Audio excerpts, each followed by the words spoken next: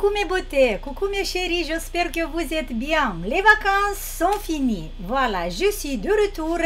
J'ai passé presque 3 semaines en Moldavie et je suis de retour au travail. L'exercice d'aujourd'hui, mes beautés, vous avez vu le titre, c'est perdre vite quelques kilos que vous avez pris pendant les vacances, parce que pendant les vacances, tout le monde aime à manger un tout petit peu plus et on peut prendre des kilos. Et l'exercice que je vais vous donner aujourd'hui, c'est un exercice respiratoire très simple. Ça veut dire que vous ne devez pas aller à la salle du sport pour perdre les 5 kilos ou les 3-5 kilos que vous avez pris pendant les vacances. Et j'espère, mes beautés, de tout mon cœur, que vous avez passé des vacances en paix. J'espère que vous avez passé des vacances avec les personnes que vous aimez, en paix et en amour, parce que j'ai passé des vacances comme ça. Dans cette vidéo, en fait, cette vidéo, il y aura 2 parties. Première partie, je vais vous montrer l'exercice pour facile, vraiment facile à faire pour perdre des kilos. Et la deuxième partie, je vais vous raconter 2 petites histoires, 2 petites expériences que j'ai vécues pendant ces vacances.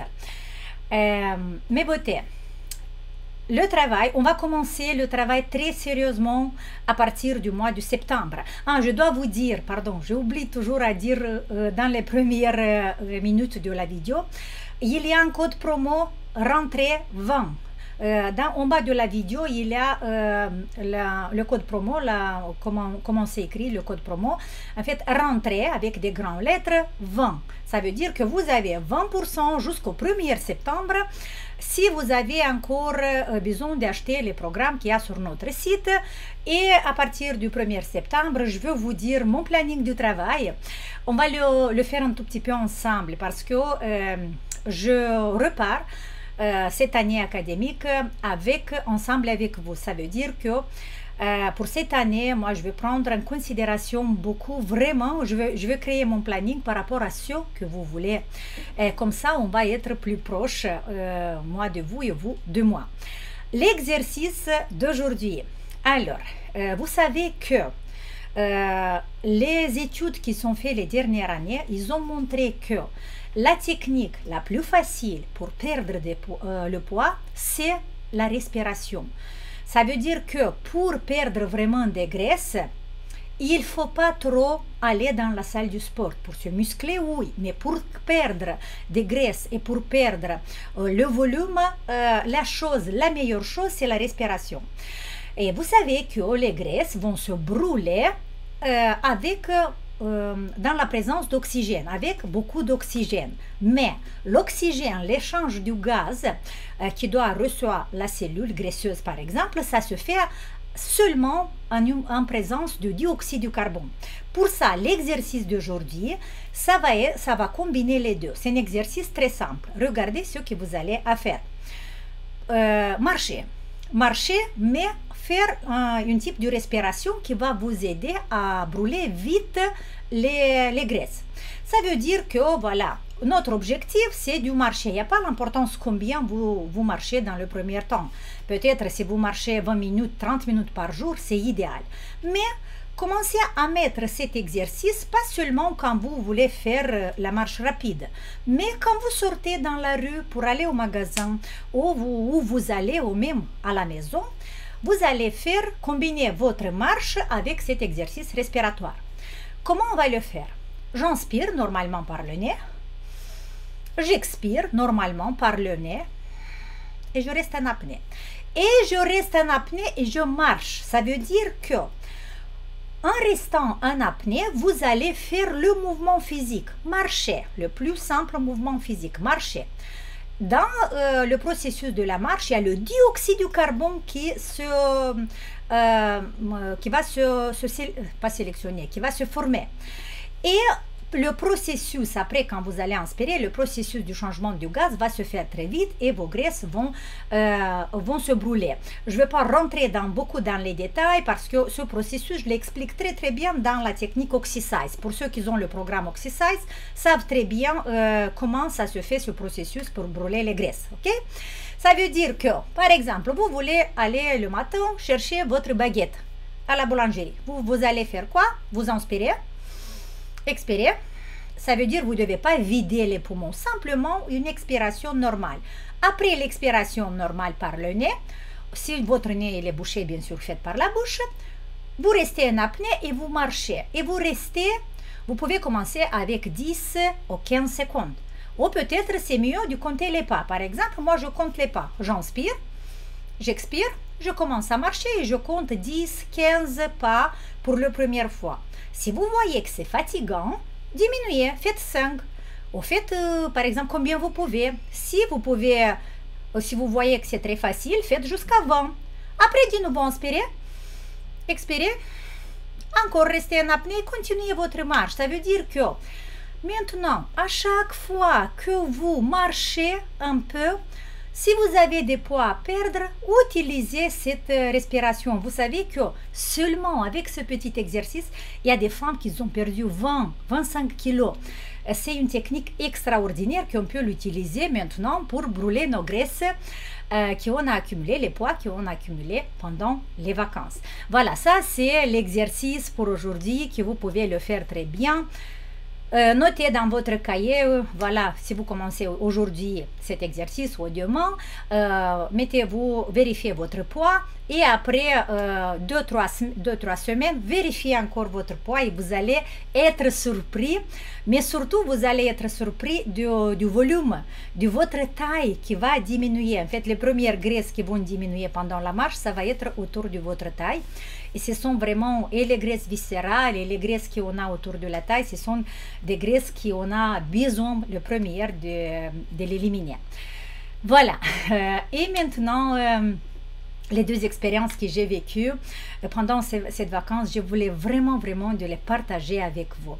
J'espère que vous restez m'écouter. En fait, je vais continuer aussi avec les graisses parce que pendant les vacances, moi, je me suis pas du tout, j'ai pas du tout grossi, j'ai pas pris du kilo. Et je vous dis pourquoi. En fait, regardez, pendant les vacances à Moldavie, normalement, moi, je vais de temps en temps, je vais pas trop souvent, et je vais de temps en temps, et à chaque fois qu'on va, on reste une semaine à la campagne, voilà, à la maison de ma mère, on a une maison, elle a un jardin derrière la maison, mais c'est comme tout le monde à la campagne, ils ont des légumes qui les font tout seuls, ils ont des légumes, ils ont des poules par exemple, des différents animaux, des vaches autour de la maison. Ça veut dire que chaque personne, il a beaucoup de travail à la campagne. Et tous mes parents pratiquement sont à la campagne. J'ai quelques cousines qui sont en capitale, là où j'ai ma maison aussi, mais où j'ai habité après le mariage. Mais première semaine, on le fait toujours à la campagne. Et pendant une semaine, on va aider ma mère un peu dans le jardin, à arroser les plantes, à arroser les tomates, par exemple, les cornichons, les poivrons, voilà. Après, on va aider, ma mère, il a 7 sœurs, et alors on va voir toutes les tantes, et on va les aider aussi. Peut-être quelqu'un a besoin de faire le ménage, voilà. En fait, les vacances à la campagne, en Moldavie, à la campagne, pour nous, c'est comme ça. On va aider un peu la famille, voilà, c'est ça, et pour nous, ça nous fait plaisir, voilà, de les aider.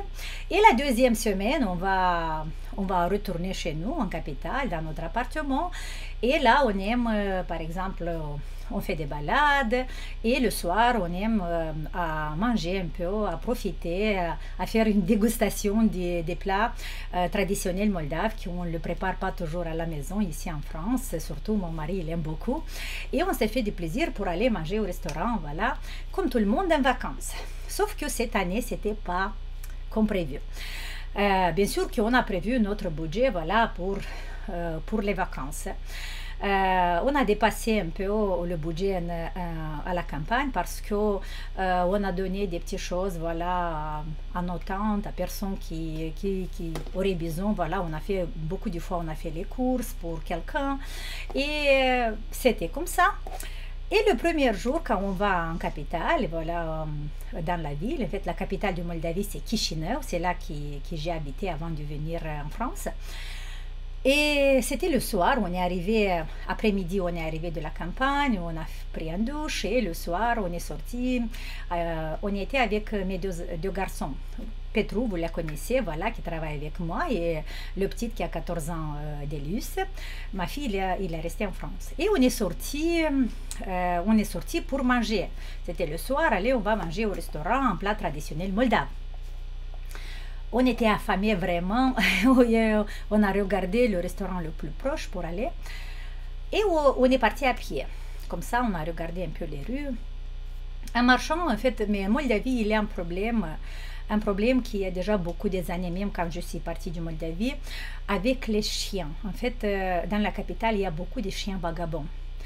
Et quand il y avait 5 ans, il y a 5 ans qu'on a vu ça quand j'étais en Moldavie, et il n'y avait pas quelqu'un qui prend soin, l'État il n'a pas les moyens pour prendre soin de tous ces chiens, il n'y avait pas des organisations voilà, qui s'occupent des chiens vagabonds, et pour moi c'était vraiment, j'ai pris très mal cette chose-là.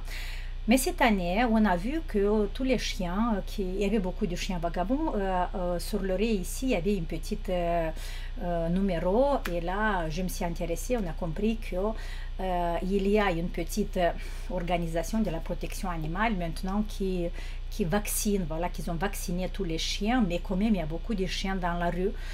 Et l'État n'a pas les moyens pour les nourrir, et c'est les personnes voilà, qui habitent à Moldavie, qui habitent dans la capitale, qui nourrissent voilà, par ici, par là, les chiens. Et pour vous dire, voilà, on est en train de marcher, mais vous savez que moi j'ai un chien Lara, ici à la maison, c'est tout le monde qui la connaît. Alors, à chaque jour, ma fille me faisait une petite vidéo avec Lara, on était contente voilà, de la voir. Et quand on marchait sur la rue avec mes deux garçons et mon mari, juste devant le restaurant, quelques mètres avant le restaurant, il y avait 4 chiens petites avec sa maman.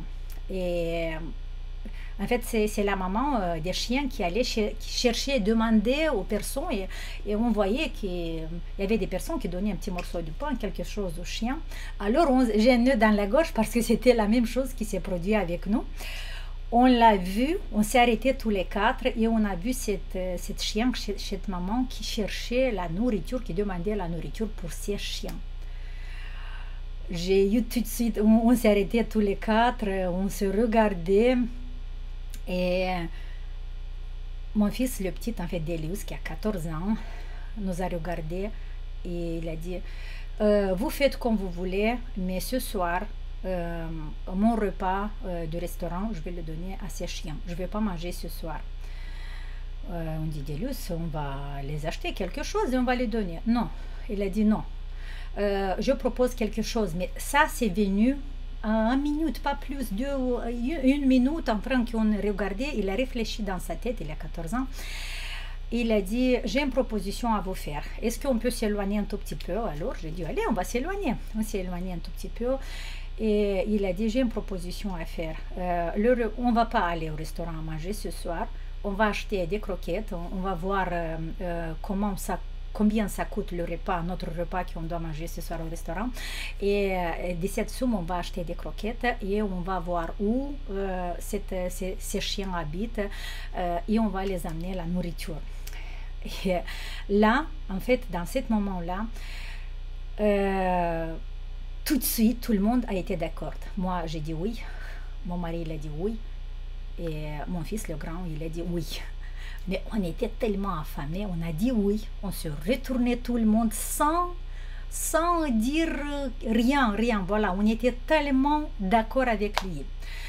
On est parti chercher un magasin qui était un supermarché qui était ouvert pour voir les croquettes. Et après, on a fait 2-3 heures le tour des immeubles, parce que les immeubles, il y a beaucoup des immeubles qui ont des gardiens, il y a des immeubles qui n'ont pas, mais il y a des immeubles qui ont des gardiens. Et on a donné à manger déjà à cette chien avec des petits chiens qu'il y avait. On l'a mis sur le côté, on l'a donné à manger et on a cherché, on a demandé les gardiens, c'est qui s'occupe du chien et est-ce qu'autour dans cette zone il y a des chiens vagabonds, est-ce qu'il y a quelqu'un qui lui donne à manger et on a trouvé pratiquement dans tous les immeubles qu'on a demandé, le gardien savait très bien, voilà, il y a une petite personne âgée qui est au premier étage ou peut-être au troisième ou peut-être un autre étage ou peut-être un voisin en face du immeuble en face qui je le vois tous les jours qui sort et qui donne un peu de manger aux chiens. Et alors, on a contacté, on est allé voir, on a cherché, on a trouvé beaucoup de personnes, pas tout le monde, mais on a trouvé des personnes qui s'occupent déjà des chiens et on les a amenés des sacs de croquettes. Mais l'histoire ne se finit pas ici parce qu'on est rentré après 3 heures qu'on a fait le tour du quartier du restaurant. On est retourné à la maison. On n'a pas mangé ce soir, mais on était satiés, je ne sais pas si on dit comme ça en français. On n'avait pas faim du tout. On avait l'impression qu'on a mangé beaucoup. Mais j'étais tellement contente pour mon fils parce qu'à 14 ans, il a donné son repas à chien. Pour moi, ça, c'était magique, c'était magnifique. Et l'histoire ne se finit pas ici parce que on était en train de se coucher déjà et lui il dit écoutez, je vais vous dire encore quelque chose, allez, on a parlé un peu de ça, on était contents. Il a dit regardez, il nous reste encore une semaine pour rester en Moldavie. Je vous propose que tout le repas qu'on pensait de manger au restaurant, on va pas manger au restaurant, on va faire les courses demain matin et on va manger à la maison, mais on va manger que 2 repas par jour. Le soir ou un autre repas, on va manger que 2 repas par jour. Et le soir, normalement, on ne va pas manger. Et tout cet argent qui était mis, le budget qui était mis pour la nourriture, on va acheter des croquettes et on va faire la même chose qu'on a fait ce soir. Imaginez-vous que tous les jours pratiquement, pas tous les jours, mais 4 jours, je pense sûr qu'on a fait ça. On est parti à chercher les personnes qui sont déjà habituées à donner à manger. Et on a acheté beaucoup de sacs de croquettes avec tout notre budget qui était pour la nourriture. On a mangé tellement moins, comment dire, pas beaucoup pendant la semaine. Moi, j'ai pas pris du kilo, c'était déjà bien pour moi. Mais vous savez, les filles, moi, je suis sensible aux animaux, aux personnes âgées, aux enfants. J'étais toujours comme ça.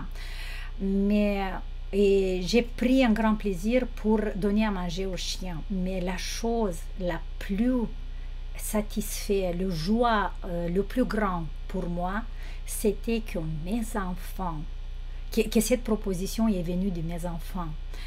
Et Petru, vous la connaissez, il fait de la musculation, il mange beaucoup pour prendre ses kilos, pour faire les muscles. Lui aussi, il n'a rien dit, il était partant. Mon mari qui aime beaucoup la cuisine traditionnelle moldave, qu'on ne le fait pas à la maison, qu'il aime à chaque fois aller au restaurant manger quelque chose de bon, il n'a pas fait ça. Et moi aussi, et pour moi c'était parce que mes enfants, ils ont cette... Comment dire, je ne sais pas comment m'exprimer en français, mais je pense que vous m'avez compris. Voilà, et là j'ai dit, je suis vraiment la mère la plus heureuse du monde parce que mes enfants, ils ont l'amour à l'intérieur, ils partagent l'amour. Et ça, c'est la chose la plus importante. Voilà, je voulais partager avec vous cette expérience parce que je le trouve magnifique, vraiment magnifique. Et voilà, si vous voulez un jour faire comme ça et on n'a pas souffert, qu'on n'a pas mangé, qu'on n'a pas profité, voilà, des restaurants, on n'a rien acheté. On était tellement contente qu'on peut encore acheter un sac de croquettes. Et encore un. Et c'était magique. Voilà mes beautés. Une autre expérience, je veux vous dire, et après je vous laisse parce que sinon ça va être long. Mais je dois le partager ça avec vous aussi. En fait, on a fait notre voyage en Moldavie en voiture. On a roulé pendant 3 jours, la nuit on s'arrêtait, mais la journée on a roulé 3 jours. Et on arrive en France. Et vous savez, on est arrivé par 20 000 ici sur la Côte d'Azur. Vous connaissez, on passe par l'Italie. Et il y a une chemin, il y a l'autoroute, il y a une chemin qui passe dans les tunnels.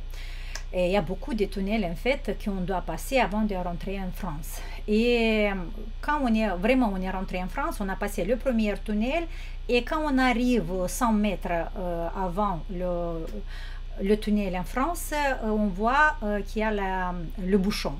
Quand on s'approche, on a vu que sur le tunnel, c'est écrit tunnel fermé. Et il y avait une annonce qu'il y a une voiture qui a brûlé dans le tunnel.